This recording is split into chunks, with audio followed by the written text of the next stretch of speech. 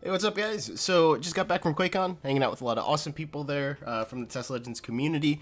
And as you might expect, because Tesla is kind of the thing we have in common, there was definitely some talk about Tesla, and it gets the brain moving, it lets you think about stuff, check your theories and your analysis against other people, and it's an interesting time to kind of talk about the game with people who love it as much as you do. So, having gotten those brain juices flowing, I wanted to make a video today utilizing some of the random thoughts I was having over the past weekend, and we're gonna do that. We're gonna give you 6 of the most underrated cards in the game. I picked one from each color, as well as one multicolor. No neutral, because neutrals are kind of, there's not as many of them, and they're not as good.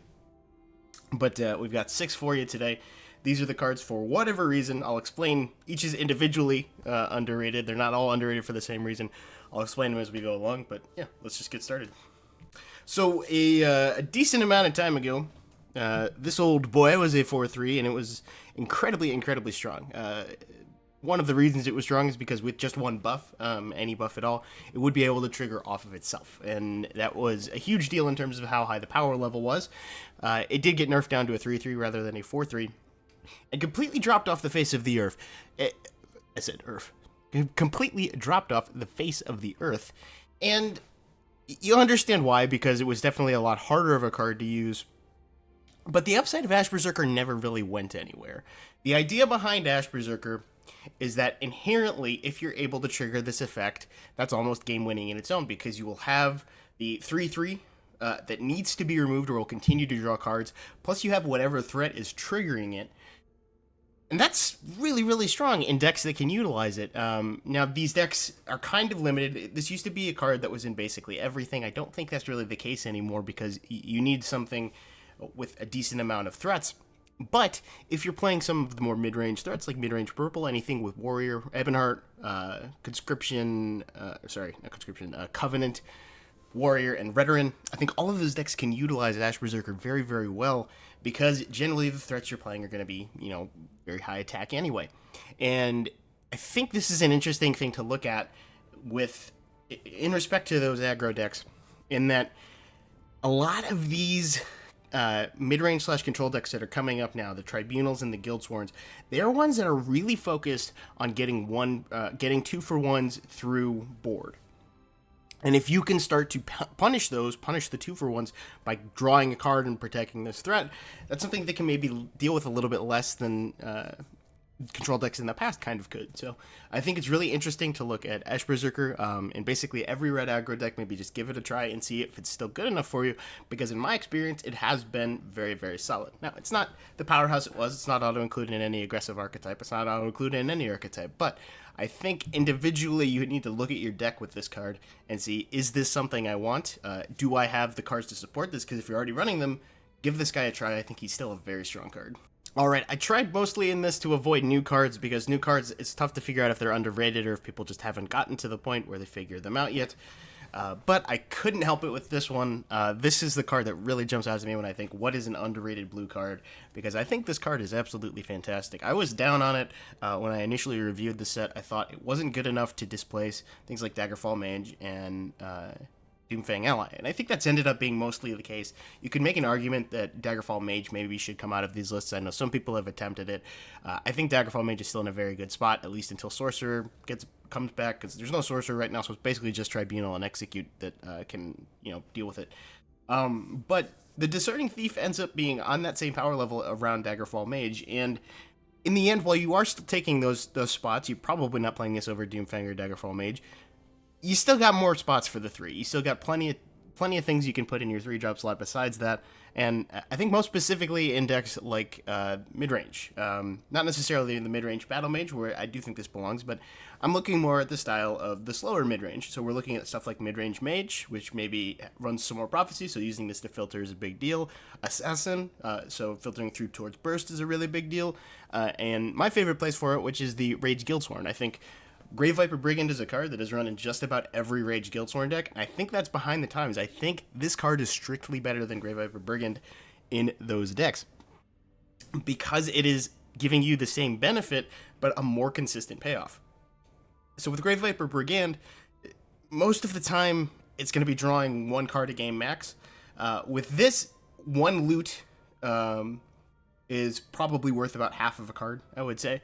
So 1 Pilfer effect is worth about half of a card. If this triggers twice, it's getting about the same effect as drawing a card.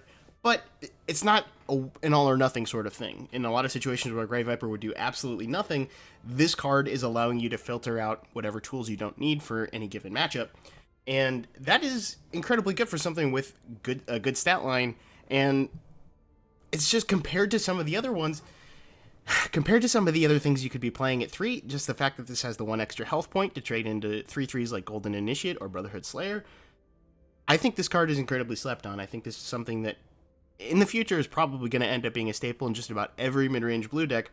And it's sort of trying to get there now. Hasn't really caught on yet. I think it should. I think this is an incredibly strong card and maybe one of the best in the set. So this is another one that I initially rated quite low, and I believe I ended up being incorrect on that, although it hasn't seen a whole lot of play.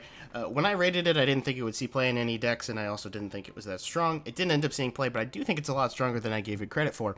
I think this is a really interesting card in that it is a threat.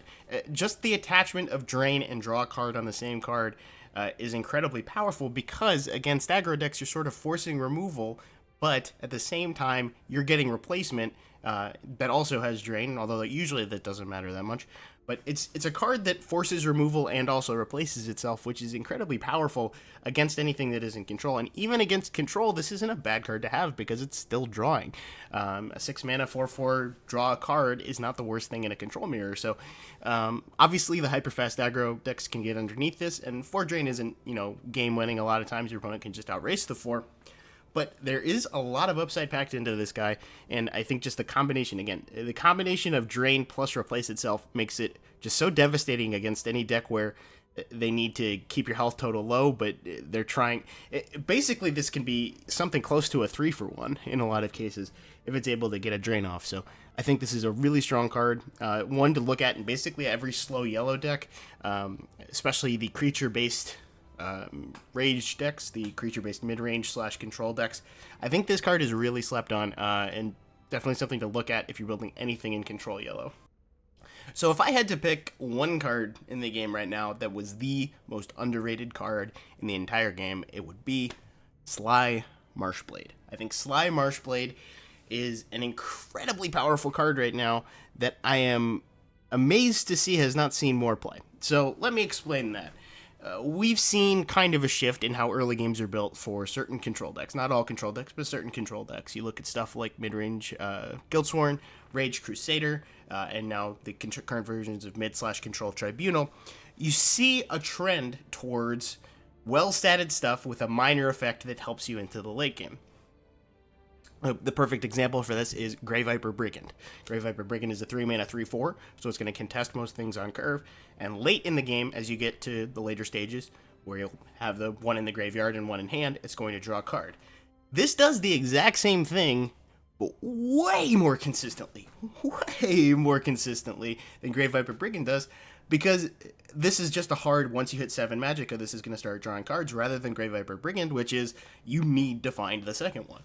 So I think this is just something that needs to be looked at in basically every single green control archetype that isn't really getting the looks. Even in aggro, a 2-mana 3/2 that can replace itself on turn 7 isn't the worst thing, but I think mostly you're looking at this as a way for a control deck to contest board early on and still draw later on in the game. This is, a fighting body with very limited downside. So I think this is a really strong card that I expect to sort of become a staple.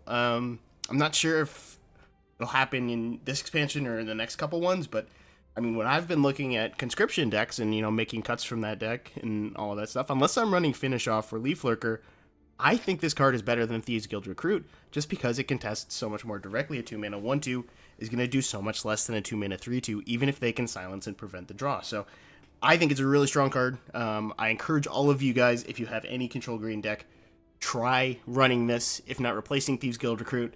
Try running both of them. Try to find something else to cut for this, because I think this card is just... I didn't really think it was that good at first, but the more I think about it in comparison to other cards, I think it just comes out ahead in so many different ways. So this is a card that's always been kind of meta dependent. Hollow Death Priest various times has been, terrible or solid depending on, what it was trying to hit. During Nixox was the time when it was probably the best, but it still wasn't particularly good then. I think recently that's kind of changed. Again, going back to how mid-range has sort of changed, the slower mid/control decks are now very susceptible to this, whereas old things like the old control tribunals and old control Telvannis were less dependent on high cost bombs. They were less dependent on single cards coming down and providing huge tempo swings.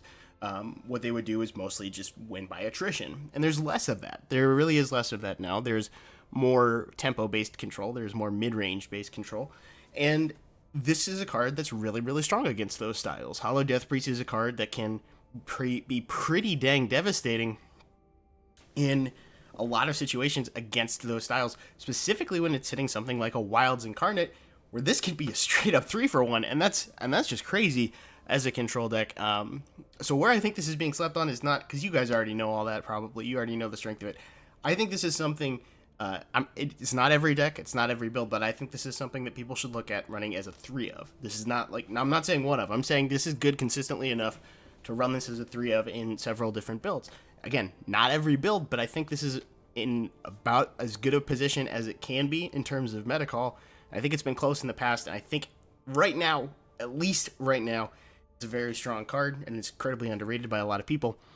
We'll see if that continues as the meta keeps shifting, but yeah, definitely give Hollow Death Priest a try in, again, basically any slower control deck that's trying to win via attrition, because this opens up that playstyle, I think, quite a bit. It's so hard to outvalue some of those decks if you don't have a tool like this.